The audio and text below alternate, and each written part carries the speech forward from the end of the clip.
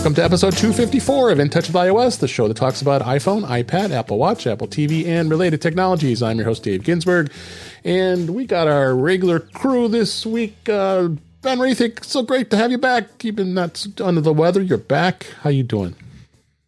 I'm doing good. I'm just a little bit in pain from the back, but otherwise good. Good. Well, I'm glad you're back. We missed you. And always great to have Jeff Gamet back on the show. How you doing, Jeff? I'm doing all right, especially since Ben is back. Ben, missed having you around. We did. I mean, I missed being around. Being sick sucked. Yeah, having Guy and Kelly to play off of was great. But the point is, it took Guy and Kelly showing up to replace you. It did. Hey, they didn't replace me. I was in the chat room. Yeah, he was chatting with us. Okay, that's true. You know what? And Guy's back in rare form because we love you, Guy, but he's out doing Guy's Daily Drive again. You know what? You rock it, Guy. You rock it. We know you're back when you're doing Guy's Daily Drive. But hi, Guy. We miss you.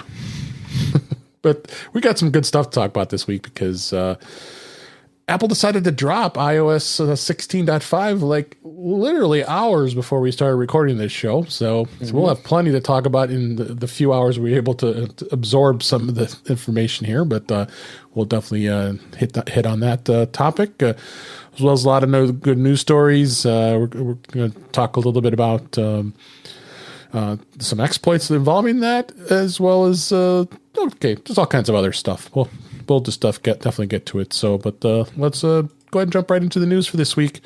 First story I got here is Apple Park at WWDC 2023 viewing event is to include a special ring tour, evening activity, and extended developer sessions. The 2023 Apple Park event that select developers have been invited to attend will include tours of the campus, special extra-long developer sessions, and an evening activity, all of which are new compared to the events that was held last year.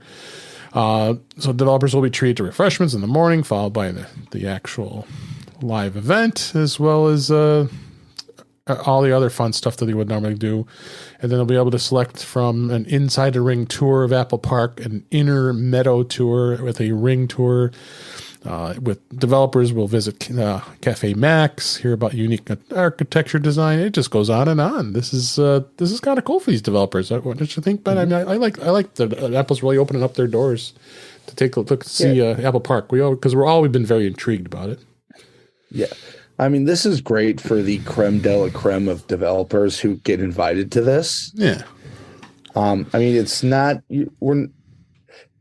it's pretty clear by this WWDC as we used to know it. It's changed since the pandemic. Right. But, this gets people excited and interested in actually applying to go there. Yep. Oh, yeah. I mean, I'd be kind of cool to do that. That'd be like a really cool thing to do. What do you think, Jeff? Would you do it if they invite you? Of course I would. I'm not even going to pretend like, well, I'd have to check my schedule. And, there are a few probably do that. No. I mean, if Apple said, hey, can you be here tomorrow? We're going to give you this really exclusive tour of all this stuff. Yeah. I'd be online right now buying a plane ticket. But here's the thing about the stuff that they're doing on location. What I'm hoping is that this is symbolic of a more open and friendly relationship between the company and all developers. Mm-hmm. Yep. Apple has a mixed history with developers or with developer relationships. So that's putting it kindly, Jeff. Thank you. Yeah. So this would be a really nice symbolic olive branch. Yeah. Yeah, absolutely. So good luck to you developers. You're going to enjoy that. And we're only 2-3 weeks away from this event. So it's getting close. I know. I can't believe already June coming very soon here. Mm-hmm.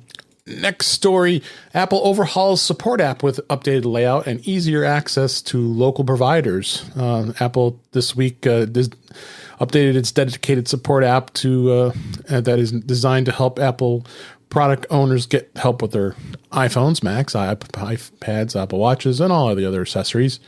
According to Apple, the updated version of the app has a new layout that will make it easier to view and manage calls, chats, and reservations, along with quicker access and locations of nearby service providers.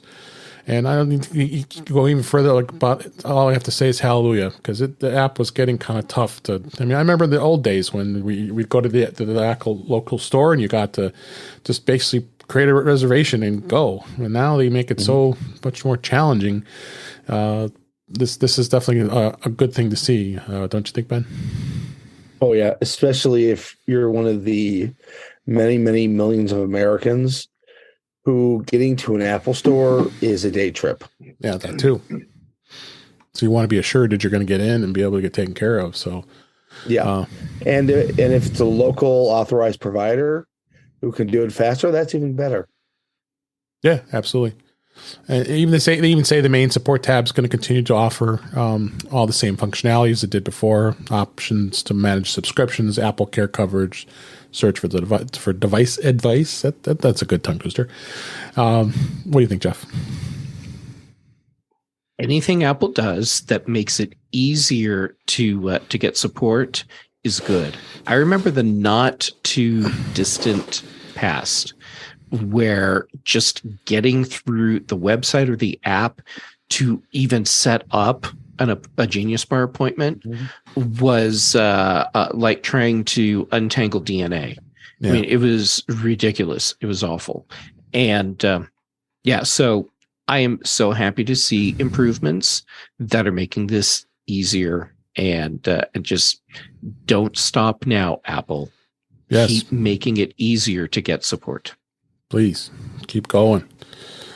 Next story, Apple Music and Apple Maps are launching new concert features this week. They did. Apple today announced that the new concert discovery features for Apple Music and Apple Maps that will be rolling out around the world, and it began this week. Apple Music is getting a new set lists page which spotlights a selection of major tours, letting fans listen to set lists and read about their productions. And then Apple Maps is gaining 40 new guides curated by Apple Music editors that highlight the best venues to experience live music around the world, with initial featured cities including my hometown Chicago, Detroit, Los Angeles, Nashville, New York City, San Francisco, Berlin, London, Paris, Vienna. Patrice will be happy about that. Tokyo. Tokyo. Well, I guess that is a car that's in Tokyo. Tokyo, Melbourne, and Sydney, and Mexico City.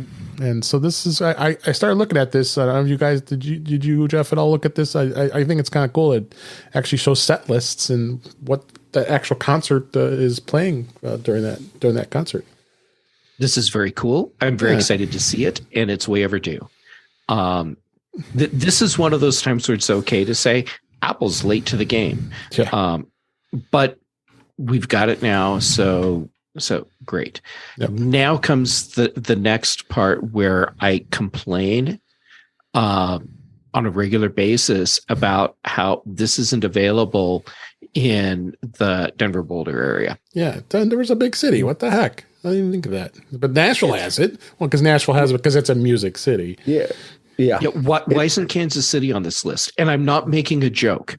No. Kansas City, Missouri is a really big city with a really active arts and music scene. Yeah. Not including Kansas City right off the bat, to me, seems really weird. Yeah, it is strange. But I mean, that's good. That's Google Maps in a nutshell. If you're one of 40 people in the world, you get really cool features. If you're not, you don't exist, Apple. Yeah. If you don't live in the Bay Area, then Apple has two demographics: our customers in the Bay Area and other.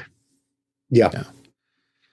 Yep. So I'm looking forward to it. I like set lists. There's always times I go to concerts, I want to go back later and look at to remember the set list of the concert I actually went to.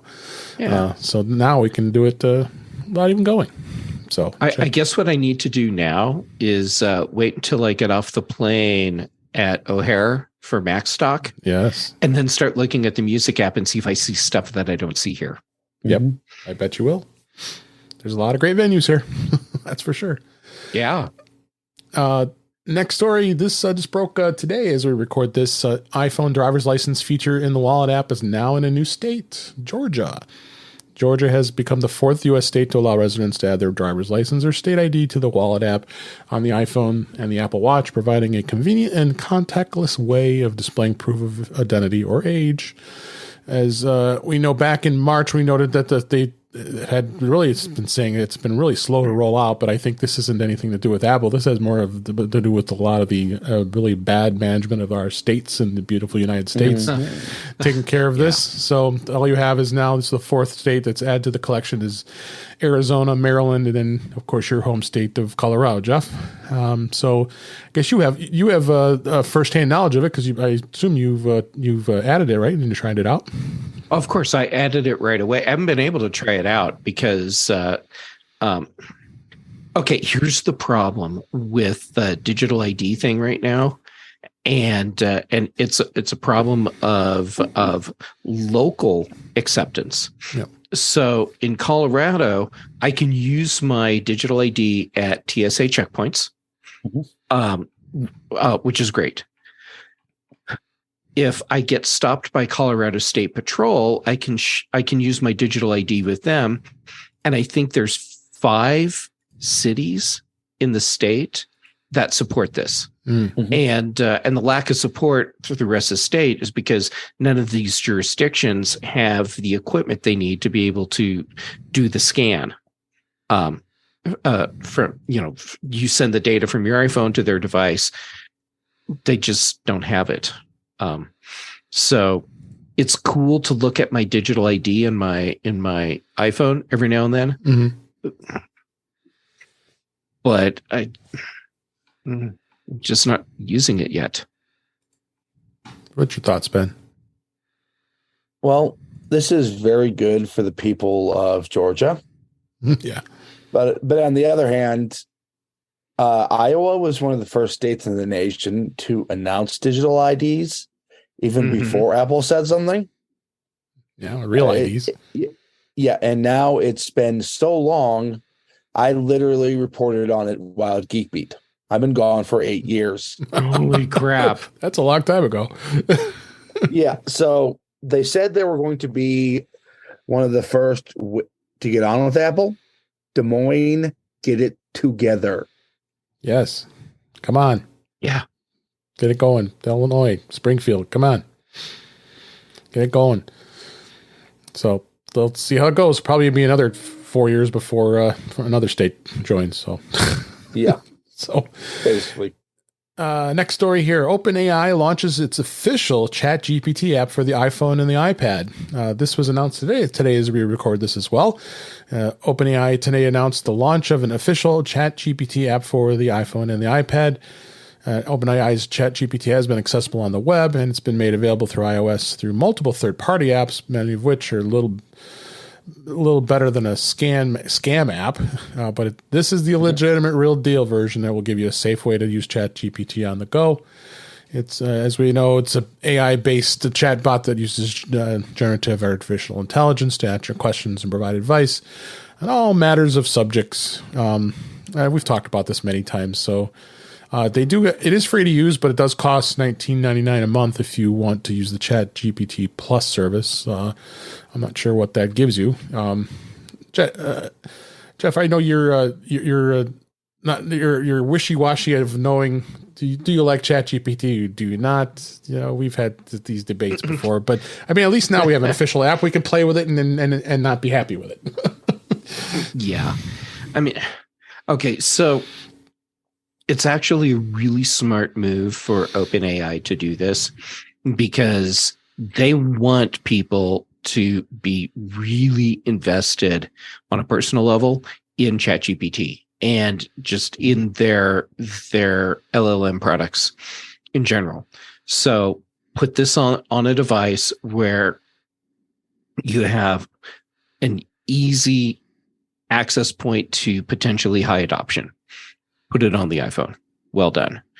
I still have a lot of issues with the way they are doing this, and not just OpenAI, but all the companies that are very openly and publicly getting into this space.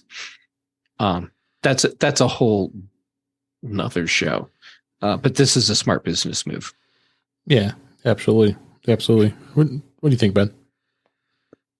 Yeah, pretty much what Jeff said. This really keeps OpenAI's name out there, where when it's been largely overshadowed by its derivatives, by its main benefactor,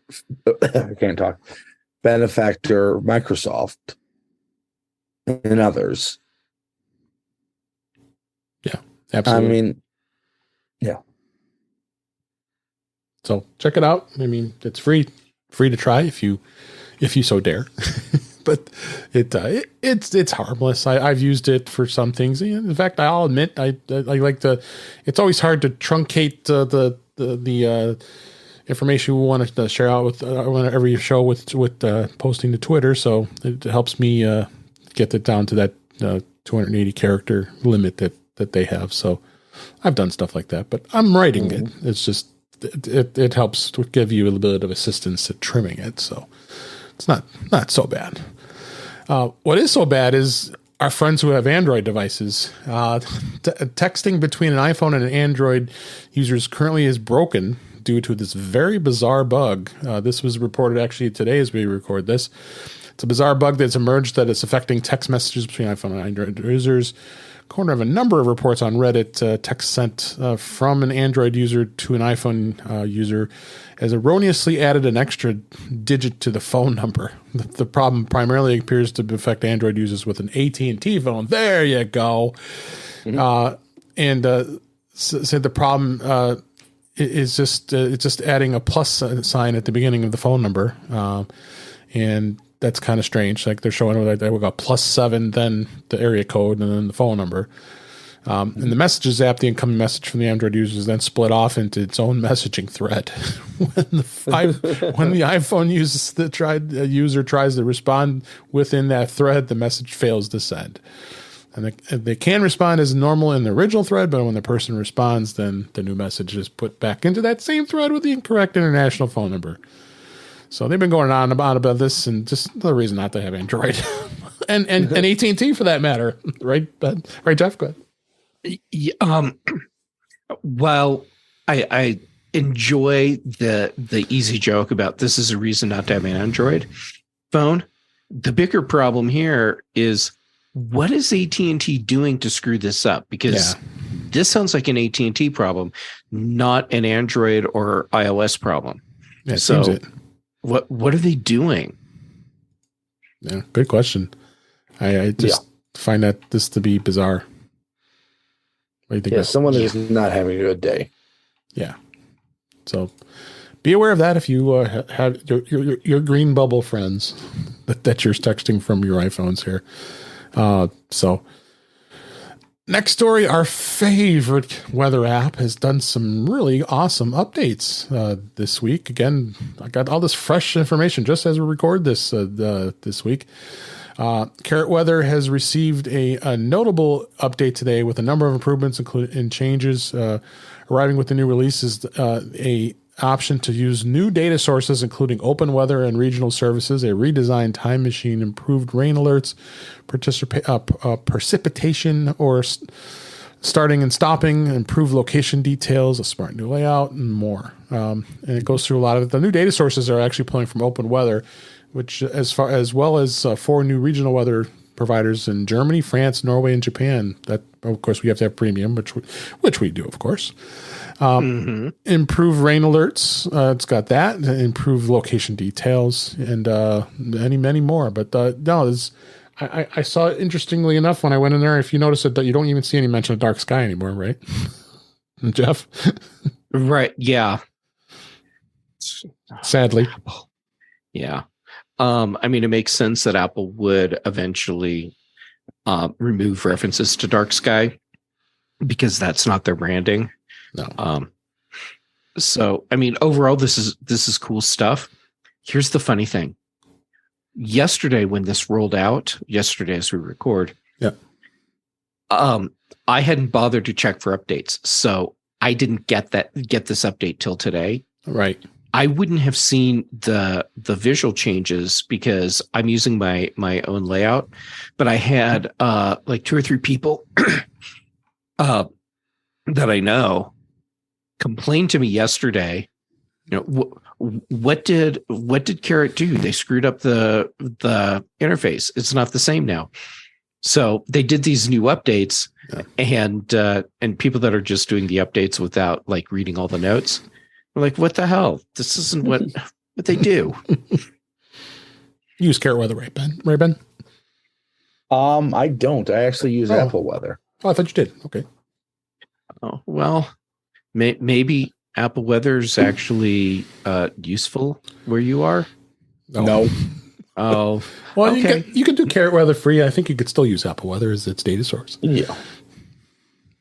So, but premium is well worth it. I think it's got some great things, and it's super accurate. Yeah. Yes, I'm using premium, and finding the right weather source for your area is important. Yeah, absolutely. A couple more stories here. This was kind of surprising. Apple did this. This is the actual newsroom article from news release from Apple themselves. Apple introduces new features for cognitive accessibility, along with live speech, personal voice, and point and speak in magnifier. And the new software features will be coming up, of course, later this year, because this is pre-WWDC. Normally, we wouldn't find out about this until the actual event. So they actually officially previewed the software that features all those features I just mentioned, with some innovative tools for individuals who are non-speaking or are at risk of losing their ability to speak. Updates draw on advances in hardware and software, including on-device machine learning to ensure user privacy, and expand on Apple's long-standing commitment to make products for everyone. And, you know, Apple's going through a lot of their press stuff and talking about all this stuff. They have assisted accessibility support for cognitive disabilities. You know, Brittany be loving this. I'm sure she's loving this now that they're adding this.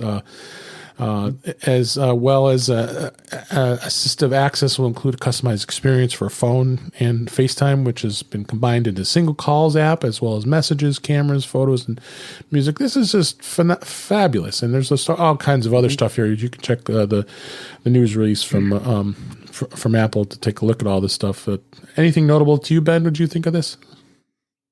This actually, being a part of the guitar YouTube community, this actually hits kind of hard. There was a very well-known guitar YouTuber named Mike Milton. Mm-hmm. He ran the China Guitar Skeptic channel. About a year or two ago, he was diagnosed with cancer and lost the ability to speak. Just before the cancer took him, there was a voice recreation he was able to do that kind of allowed him to get his last few videos out. But I mean, for anyone who has lost that ability to speak, being able to use your old words again, that just, this is awesome. Yeah, no, I know Apple been very supportive of this disabled community and helping people with all kinds of issues, including vision, which we didn't talk about, and speech and hearing, and so for visibility and and blindness, and so I think they're very good at accessibility. What are your thoughts, Jeff? Excuse me. Yes, Apple is a leader in accessibility for these types of consumer devices. That said, there's a lot more they can do. What's great is that because Apple is doing what they do, it pushes other companies to step it up. and try and match what Apple's doing. So keep it up, Apple. The timing on this does not surprise me at all, because this week was Global Accessibility Awareness Day. Right. And I believe this dropped right before, like a day or so before Global Accessibility Awareness Day. So the timing fits beautifully with that. And for everyone that's thinking, wow, Apple must have a lot planned for their keynote, this totally plays into that. And yeah, I think there's a reason why we're seeing this announcement now, talking about features available later this year without mentioning the operating system. Yeah, this is stuff in the new version of iOS coming this fall. Yeah, it's exciting. I would definitely be covering that the next few months, and can't wait to find out about iOS 17 and all kinds of new stuff coming very soon here. We'll have WWDC good coverage here to find out more about it. So speaking of finding more about it, I don't know if maybe we really want to find out more about this, but for those of you who have lots of money to just throw away, the latest Hermes AirPods Pro 2 case costs more than an iPad Pro. Hermes revealed an expensive leather AirPods Pro 2 case and a separate lanyard that brings extreme luxury to your earbuds. The AirPods Pro 2 aren't too difficultly extremely compared to the original, but I just thought this more of a humor article here than anything else. But they do make specific accessories to account for their new features, and of course Hermes had to get into this for their luxurious products. Their first product is a calfskin leather case for an AirPods Pro 2. It's completely encompassing the AirPods magnetic charging case, leaving a cutout for the Lightning port. Even though this product is specifically made for the AirPods Pro 2, doesn't have cutouts for the speaker holes in the case. However, the leather is likely thin enough to allow plenty of sound to pass through it. Just get a hole punch. Yeah, you could do that. Yeah, why not? No, you want to put a hole punch in a case that's costing you $930, but it does come in standard hand leather colors of blue, green, pink, as well. Yeah. And then if you really prefer to have a nice take advantage of that lanyard that you have to have on it to wield it to really protect it from you losing it, you could spend another $335 for a lanyard made by Hermes. I know both of you are going to be running out and buying this case right away, right? I've already bought 3. 2 of them just so I could throw them away. Yeah. Oh my gosh. I mean, go ahead. You know, Rene Ritchie already has one. He probably does. One of each color. I wonder if Barry Falk does, though, because he does have a Hermes Apple Watch band. So, well, Barry needs this so that he has an AirPods case that matches his watch band. Exactly. We're teasing you, Barry. So only a little. It's just a little. Yeah, so I thought people would get some amusement out of that, because I don't think anybody's going to be buying it unless you're very wealthy. You have had it. And then the last story is, I thought this was a good discussion here. Macworld just posted this interesting article. We now know what Apple fixed in its first iOS and macOS rapid security response. They patched emergency WebKit 0-day flaws that had been known to have been exploited. They released this on May 2nd. Apple issued the first rapid security response under iOS 16.4, iPad, and Mac OS as well. And apparently, Apple was in such a rush to issue the update, hence rapid. They didn't want to wait for 16.5 or 13.4, which just landed today. However, the security notes for this under iOS 16.5 and iPad OS 16.5 and Mac OS and Ventura include the details of the fix. So it was a WebKit issue impacting processing web content, may disclose sensitive information. An out-of-bounds read was addressed and improved with an input validation. So you can get kind of technical here for those of you who are not too techie about this.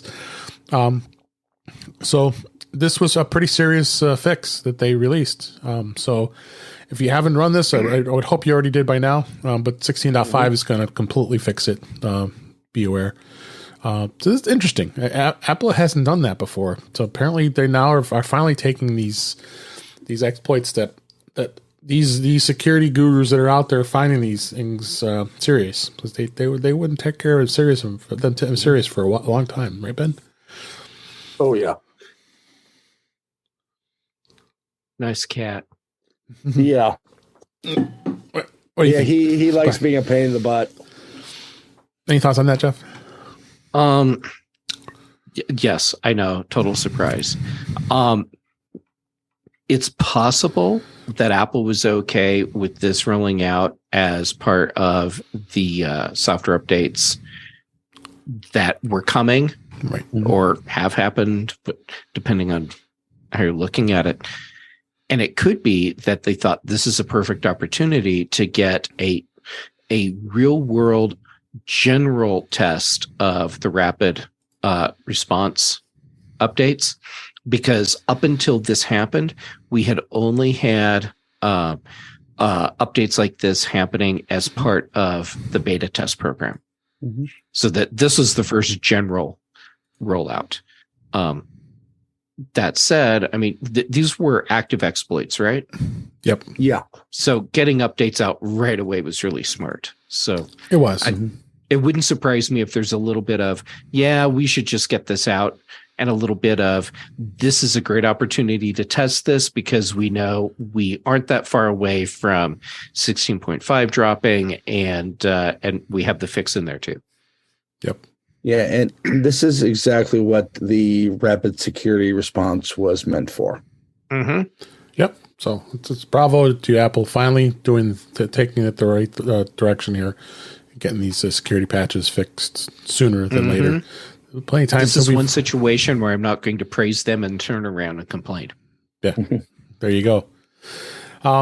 So that was the news for this week. I will throw out that PSA. We have this in the topics as well, as that just to make sure that you are updating to iOS 16.5, just to make sure that all those active exploited vulnerabilities are patched. Not only just the reason why it's a brand new release.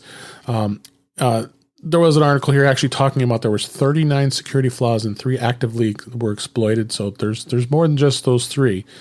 We got an article from 9to5Mac that goes through a lot of what was there, but definitely make sure you're updating to 16.5. As we said earlier in the show, that this just dropped today as we are recording this. So it was definitely interesting to see that they dropped it so late in the week. They usually drop it like Mondays or Tuesdays. So.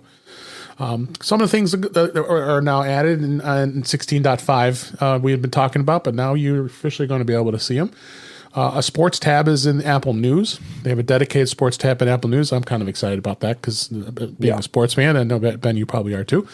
They have quick access to stories, scores, standings, and other information in Apple News. So you can now select your favorite teams and leagues and get personalized news, which is awesome. We did talk about last week that they were going to be releasing the Pride collection wallpaper to go along with the Watch Band that's being released on the 23rd next week, along with Final Cut Pro for the iPad as well as Logic Pro. And they got an accompanying watch face, as well as they have a lock screen that looks really cool. That it has a collection there as well. There was some bug fixes. There was a big problem with CarPlay where podcasts weren't loading the content. Fixed an issue where Spotlight may have been unresponsive, and then of course the security flaws, which we just talked about, were a big thing as well. So, as well as and I think iPad OS. 16.5. I know, Jeff, like I said, we were just scrambling to get all this installed to even look at it. I don't think there was much else different in iPad versus iPhone.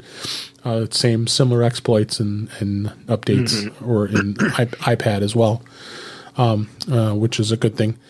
Also, let's talk about watchOS. watchOS 9.5 was released. I just updated my watch a little while ago.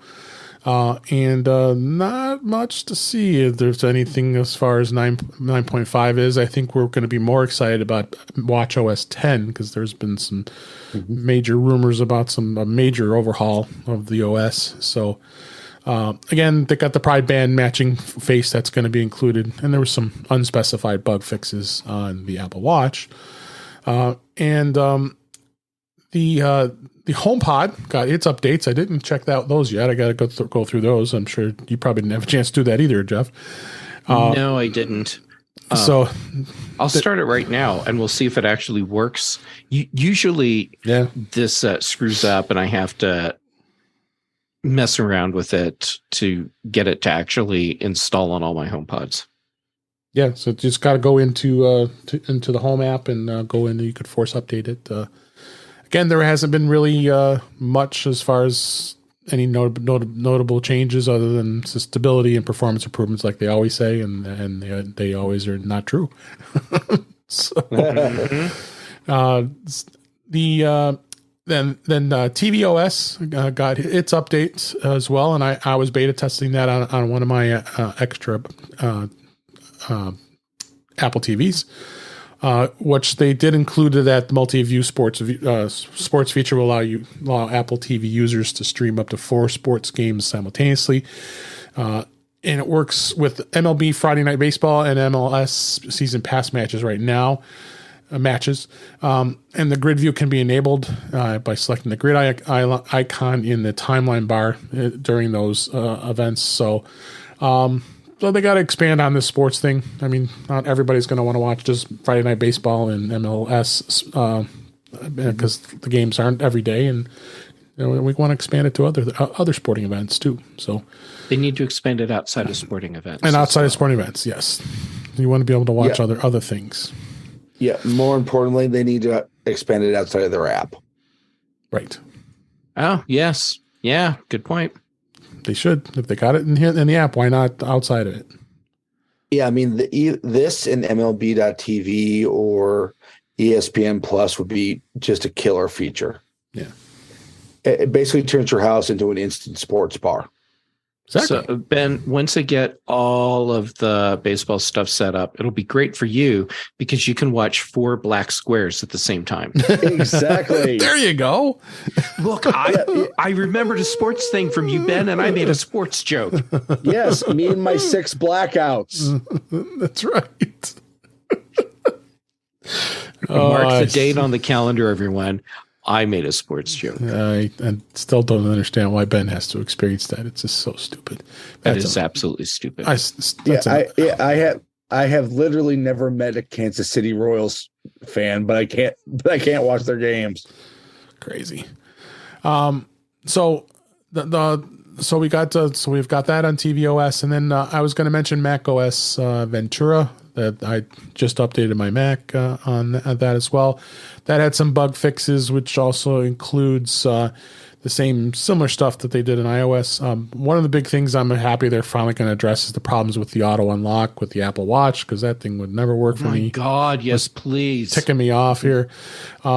Bluetooth keyboards, screen time, and voiceover. The update also added the sports feed, what we talked about in the sidebar of the Apple News app, and it also introduces a simplified beta installation method that was first introduced in iOS 4.16.4. So now this update, the developers and public beta testers enrolled in their programs can now toggle between beta updates from the system settings and without the need to install a profile, which is pretty cool because that was always a pain. Mm-hmm. An Apple ID associated with that public beta or account or developer account, of course, is going to be required before you can even turn it on. But now you don't have to install a configuration profile anymore. So, but it's good to see some more updates on the Mac side of things as well. And that's about all you can probably expect for this week for all these updates. And we'll be now waiting until June 5th when the big announcements happen at WWDC in a couple weeks. So, next topic I wanted to talk about is Apple did have another news release here talking about the App Store and stopping more than $2 billion of fraudulent transactions in 2022. The App Store launched in 2008. God, I can't believe it. It's how long ago it's been since that launched. And the mission was like they say was in accomplishing 2 objectives: establish a reliable and secure platform for users to safely discover and download apps, and provide developers with an exciting opportunity to showcase their ideas and grow their business. So, Apple's done a very good job of protecting developers and is protecting their users as well. Because we always continue to talk about, I don't know, you bring up Android, but the Google Play Store is just not a secure place to be buying apps. It's just, it isn't. So they show some statistics here. Apple with the account frauds that Apple has rooted out 428,000 developer accounts and 282 million customer accounts that were for fraud and abuse last year. That's a lot of accounts if you think about it. It's a lot of accounts. There's really a lot of accounts. So the app review process is they had nearly 1.7 million apps submissions rejected. Boy, that's impressive. I mean, to have how much work that is and how much staff. And yeah, go ahead, Jeff. What do you think on that? It's impressive, and at the same time, how many of those apps should not have been rejected? But there's so many stories out there that you can see like practically daily where developers are complaining that they submitted an update or a new app and it was rejected for what feels like very arbitrary reasons. Yeah. Still, that said, if you're going to reject as many apps as Apple has, you need to have a pretty impressive system in place to do that. Yep. Yeah. Guy is in the chat room at youtube.com/intouchwithios, and he's says he's downloading updates that we just talked about, and he will disappear soon. So good to see you guys. I can't wait to see when I just drop from the show because my Mac is updating. Yeah, I'm kidding, but I know you had a split second where you're like, "Did he really?" No, I know you didn't. If you had a Windows machine, you would definitely disappear from the show.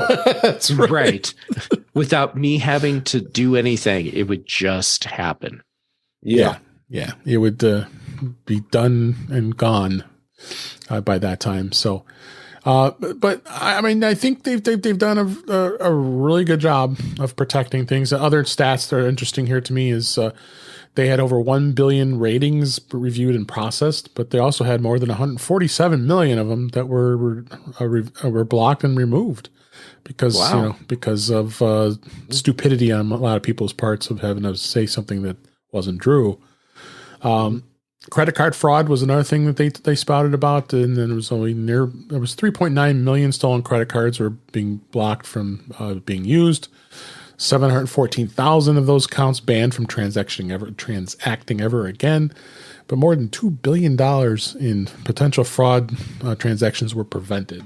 So, again, this is a press release, so you're probably they're tooting their own horns, and I think this is something that is just to be appreciated. That I feel very safe, in the iPhone world, iPad world of App Store, and bravo to you, Apple, for protecting us and having a good ecosystem. What do you think, Ben?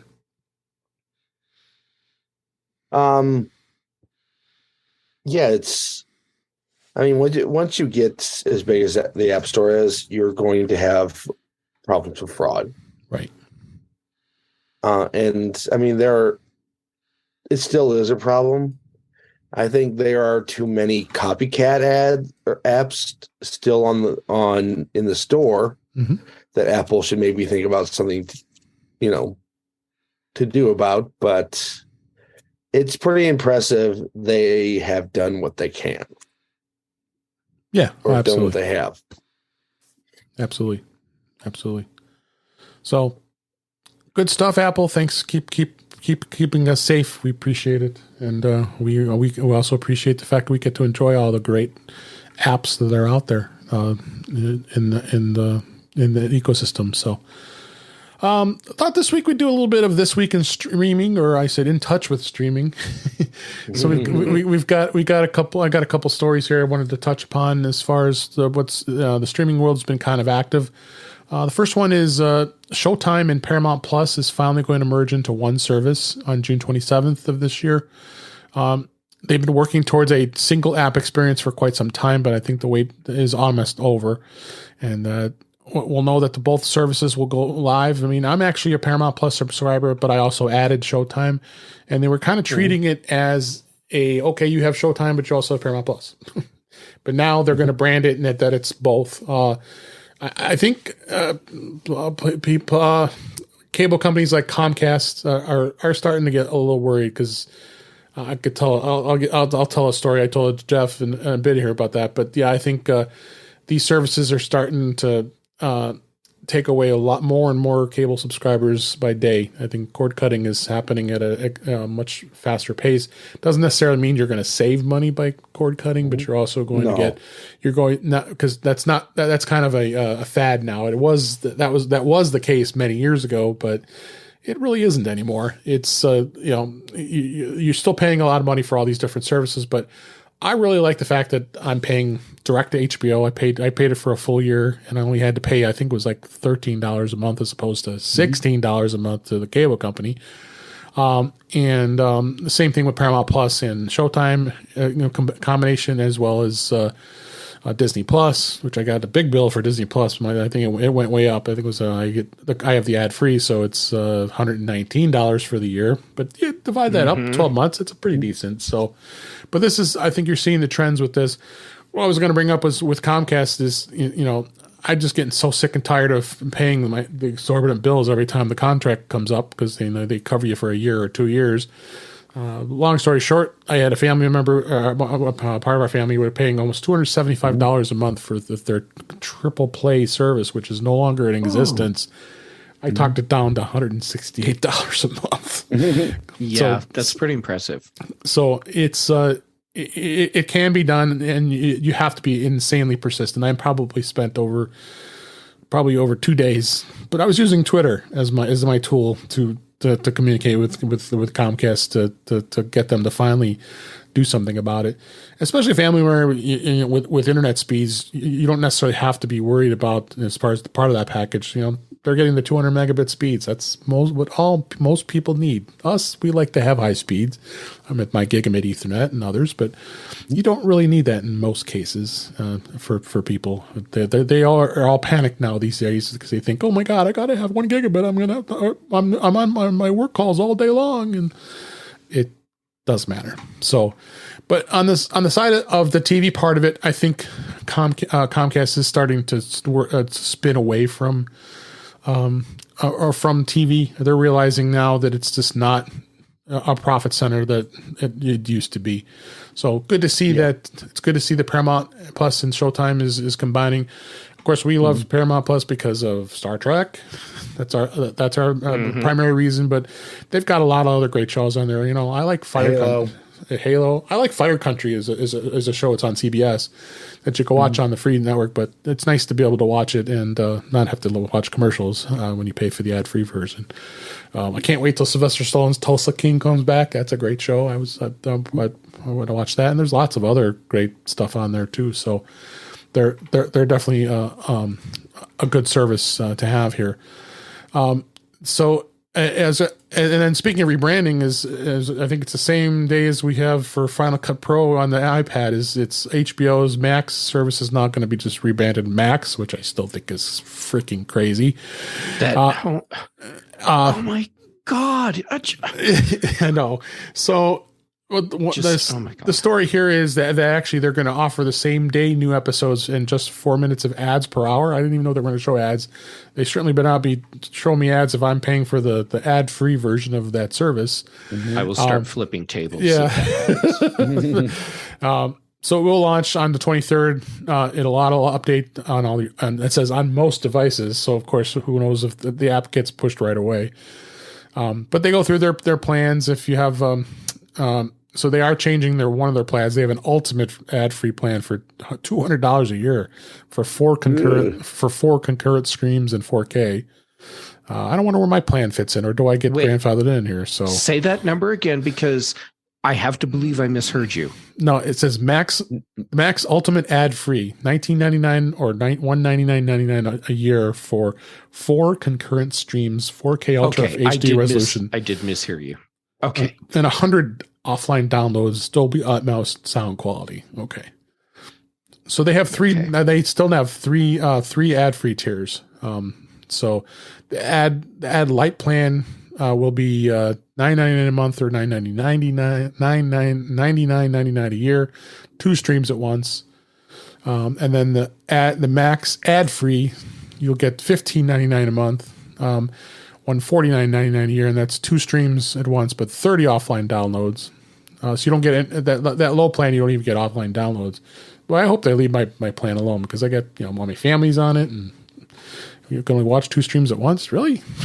So they really are going to start. Sounds like just like Netflix cracking down on password sharing. HBO Max is changing as well. But of course, it's only 4 minutes of ads per hour. Okay, all right. Only 4 minutes. Only a minute. You think about it, that's not Flip frickin' tables if I start seeing ads. It's not too terribly bad. Other interesting thing is, this new ATSC 3.0 technology for a broadcast over air is the new digital services that's going to be over an antenna. TV stations are not going to be able to watch free local TV anymore without an upgrade to their service. So Comcast has added content protection to encrypt some of its NBC Universal owned stations, and it's covering. So far in the article, they talked about Boston as Comcast NBC 10 in Boston was spotted as it being that way this year. So basically, what's going to end up happening is they're going to encrypt it, so you can't watch the free local TV without upgrading your actual box or being able to get it, or are they going to continue to broadcast under the ATSC 1.0? So again, here's another reason why Comcast is trying to start getting out of the business and to do this kind of stuff with encryption, as well as I think one cable company already is, I heard, I think WOW is the cable company, is getting out of the cable TV business completely and just partnering with YouTube TV with streaming. So most of them have, but I will say one thing about the ATSC 3.0. Yeah. Right now, there are so few stations that support this, and even fewer TVs and external tuners. That too. I mean, right now, ATSC 3.0 is a publicly available beta test. It really does not affect that many people right now. Yep. Now, I haven't been following this very closely because I typically don't watch any local content, and I'm not even paying for a cable TV package. Right. So what happens if I plug an aerial antenna into my television to pick up an over-the-air signal? Do I have to have a special converter box to be able to view the over-the-air signal going direct into my television? Currently, no. Not right. Right. Yeah, that's ATSC 1.0. That's 1.0, right? Okay, so this is only the signal as it's coming through a cable service. No, this is over the air. This is over the air. Yeah, it's a very much enhanced over the air signal, right? Which, in theory, can give you a lot of the same features that cable currently does. Yep. But I'd say we're probably 5 or 6 years from it having any kind of adoption. Yeah. And so that's even if.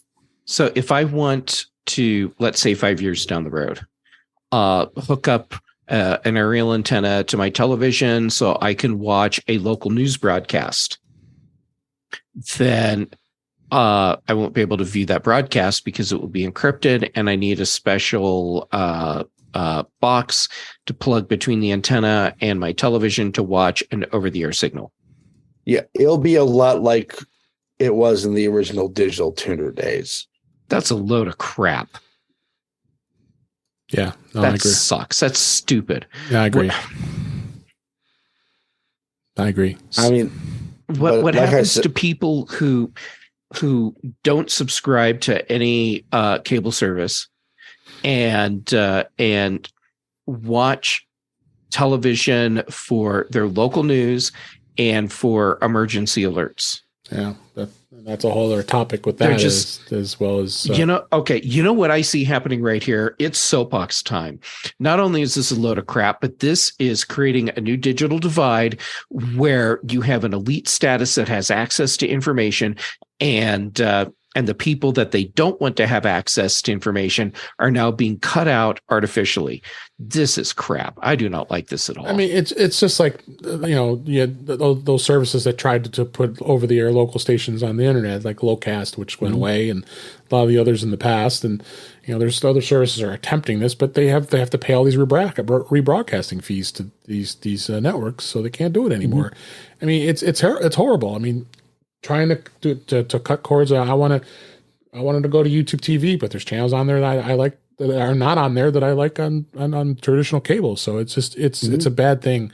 So there's a great guy on YouTube, and if you've seen him before, his name is Antenna Man. He's a really he talks about this a lot of this ATSC stuff and pretty intensely. Yeah. He's very a geeky antenna guy, and I'm going to put a link in the show notes to check that out, because he'll get even more in depth of this stuff, and he's just as up in arms about this as we are here. So yeah. All right. So I just found Antenna Man on YouTube, and when I start watching his stuff, I'm probably going to be walking around my apartment flipping tables one time. But I will say this. Given the way streaming is going, there's a not insignificant chance that ATSC 3.0 never really gets off the ground. Well, if this is a thing that's being industry pushed and not government mandated, then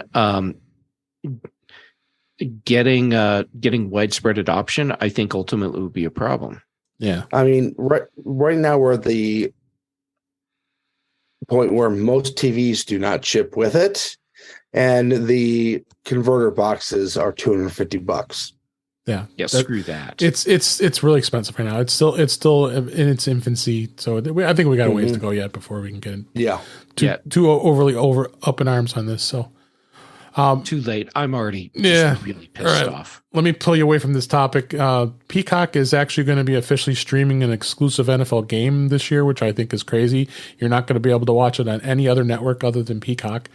Add that to the bonus of, if you were a Comcast subscriber and had Comcast cable TV, but they were giving you Peacock for free as included as your subscription. End of June, you're now going to have to pay for Peacock for at least $5 a month if you want to continue to watch that. So that's the kind of stuff that's happening. All right, I'm still on my soapbox. How long before these sports conglomerates, corporations start doing deals where you have to subscribe to like 3, 5, whatever different streaming services to see the games, because they have exclusive deals with all of these partners, right? And I totally see that coming. I don't even watch sports, and I'm pissed off. You'll get even more pissed off when you hear this. I'm sitting down. I'm ready. Okay. Right now, the NFL has games that are going to be only on that Prime. They play the game only on Peacock. There's Amazon Thursday Night Football on Prime Video. Mm-hmm. There's the ESPN broadcasts, which they occasionally give you ESPN Plus, but most of the time it's cable only. Right. Then you have the CBS AFC broadcasts, which are broadcast on the Paramount Plus app. Right. And then Fox has no streaming contracts or services whatsoever. Right. So you have to have to get all the games. You have to have both cable and streaming. So the scenario that I said, and this is coming, it's already here. And what the hell? How are people okay with this? Yeah. We're not. No. But the thing is, these companies have more money than we do. They shouldn't. And you know what? As long as I'm on my soapbox, what's up with us having to pay for a stadium for these teams? And then you have to pay ticket prices to go in and use the stadium that you just paid for. And the team gets a tax cut. So now you have to supplement the tax base by paying their taxes for them. What the hell, people? Yeah. It's bad. All right, let's get away from this topic. I've got one.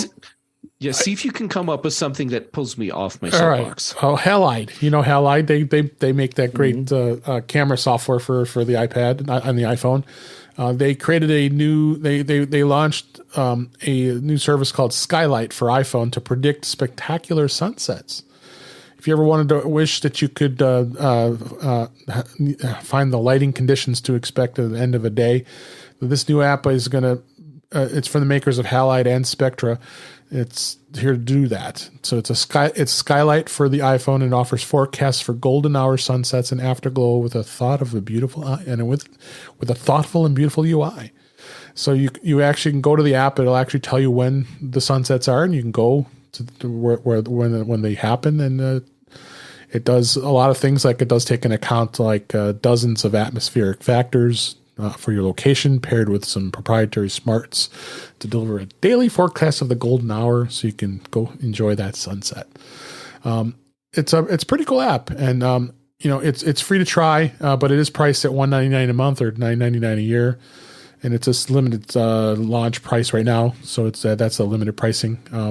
But I thought it was a cool app, and I checked it out. I didn't go see the sunset yet, but I thought it was kind of a neat idea to do that. What do you guys think? I think sports teams are totally screwing us over. Yeah. What a load of... Wait, I'm sorry. We moved on. Sunsets. Think of beautiful sunsets. This is cool. I really like this idea. I think for a lot of people, this will be a really useful app, and it will help them get better photos, and they will be happy, and that's awesome. Absolutely. So... check that out. Halide is a really great app. They make some good stuff. I used to use my iPhone 12 Pro, and I'm paying for Halide. And when I do my really close up shots, like of little flowers and stuff, I'm using the Halide app for that because it handles the macro-ish photos better than the iPhone 12 Pro can do on its own. Absolutely. Great app. All right. Before we wrap things up, I wanted to mention a few things here. First off, I wanted to give a shout out to, I think he goes by Scallion. He bought me a coffee this last week, and I really appreciate it. He made a comment that says he loves the podcast. Well, I love that you love this podcast because we enjoy doing it. So thanks Scallion for that. Buy me that cup of coffee. We appreciate it. And the way you do that is go to intouchwithios.com/buy-me/coffee, and you can do that. Thanks again. And also I want to make sure we'll keep mentioning it every week until it happens. So Macstock 7 is here. The tickets are now available. We have the link in the show notes. I'm speaking, as well as Jeff Gamet. So is Brittany Smith. So is Chuck Joyner. So is Allison Sheridan. And so is so many others. You got to come check us out. It was officially announced that the venue has changed. So we're going to a much, much cozier, more intimate place. I was at this place. It's in downtown Woodstock, right in the heart of the Woodstock Square, which is kind of cool. So it's going to be in a neat little place. We held it there in 2021, right, post pandemic. Well, it was a little freer, but we were still really locked down. So that's why it was there, was we were all wearing masks. But but it's a really cool, small, cozy venue. It's got a nice stage. It's going to be able to have a lot of great fun times there. So definitely come check us out. The event is on July 22nd and 23rd. And we got links to the show notes as far as how to get to it, which is Macstock, conferenceexpo.com. Or you can, you also can take a look at the speakers links, and it gives you all the list of all the speakers that will be happening there as well. So come check us out. And if you also choose, there's also a link there for the Midwest Mac barbecue that Barry Falk is holding on the day before, 2 days before the event on Thursday, July 20th. If you go out there and tell him you heard us on In Touch with iOS, you can RSVP, and if you mention us, he'll let you in. and you'll be able to hang out with us and have some barbecue and probably some wine tasting too. So Nice. go and check that out. So, and with that, let's go ahead and wrap up for this week. That's a wrap for this week. Please send your comments, questions, and suggestions to our email address, which is feedback@intouchwithios.com. You can follow us on Twitter and Mastodon at intouchwithios. You can support the show by buying me a coffee like Scallion did at intouchwithios.com/coffee. We would really appreciate it. You can become a patron of the show by going to patreon.com/intouchwithios. We have 2 tiers available to support the show. We would really appreciate it. Make sure you like, share, and subscribe so you're notified when we are live streaming, which is usually on Thursday nights at 8 p.m. Eastern, 5 p.m. Pacific on our YouTube channel, which is youtube.com/intouchwithios, where you can watch the current live show like we're doing right now. Thanks, Guy, for being in the chat room. Or you can also watch the past live streams and see what of our many antics there. I leave that up there live so everybody can just watch that all that content and have fun. But we also have the recorded shows on there as well, so you can go to YouTube and listen to that if you like. Visit In Touch with iOS magazine on Flipboard, where many of the topics we discuss are flipped into that magazine. The link is in our show notes. You can subscribe to our show in your favorite podcatcher, including Pocket Casts, Overcast, Apple Podcasts, and many others. You go to our website at intouchwithios.com. I put some nice new clean links and buttons in all the places you can listen to us there, so go right to our website to check that out. And that's all the ways you can listen to us are there right on the site. And I am Dave Ginsburg. You can find me on Mastodon at DaveG65 at mastodon.cloud, or also on Twitter at DaveG65. Ben Roethig, glad you made it back. We had a lot of fun here. How can people get a hold of you? Yes, we did. Well, Dave, I almost called you Jeff. You can find me at Ben Roethig on your social media of choice. You can also find me at my website, roethig.tech. You can find me here, of course, Thursday nights. Tuesday with Mac Voices with Chuck Joyner. Thursday mornings with the British Tech Big Show with Jeff Gamet. And Friday mornings, the British Tech Mac Show with Jeff Gamet. And most times also this Dave Ginsburg guy that you might know him. Yeah, thanks for He's being a here. guy. Thanks for being here, Ben. Jeff Gamet, as always, thanks for being here. We appreciate it. Where can people find you? Well, when I'm not muting my microphone so I can argue with my cat about being a place she's not supposed to be. How about Mastodon and Instagram? JGamet on both. And then, like both of you, Chuck Joyner keeps letting me back on Mac Voices Live on Tuesdays. Dave, you keep letting me back on In Touch with iOS here on Thursdays. So thank you for that. It's always great to get to hang out with you and Ben. And then let's see, Thursday early in the day, as Ben mentioned, the big show on British Tech Network. And then on Fridays with both of you on the Mac Show on the British Tech Network. And then Brian Chaffin and I record The Context Machine. And I believe tomorrow is Friday. It is. Which means that we'll be recording another show. Nice. My guess is that we will find something to rant about because we often do. More accurately, I will find something to trigger Brian and make him rant. All right. Thanks again for being here. Definitely appreciate it. One programming note, next week we're going to record the show a day later because we want to have Patrice Brennenworth come back on the show. It's been too long since she's been on, and scheduling can be tough because she doesn't get up late at night for us because it's really early in the morning for her. So we're going to have a show on Friday and probably around 1:30 Central Time streaming, and looking forward to it. It's going to be a lot of fun. Until then, thanks for listening, and we hope you enjoyed the show, and we'll talk again soon.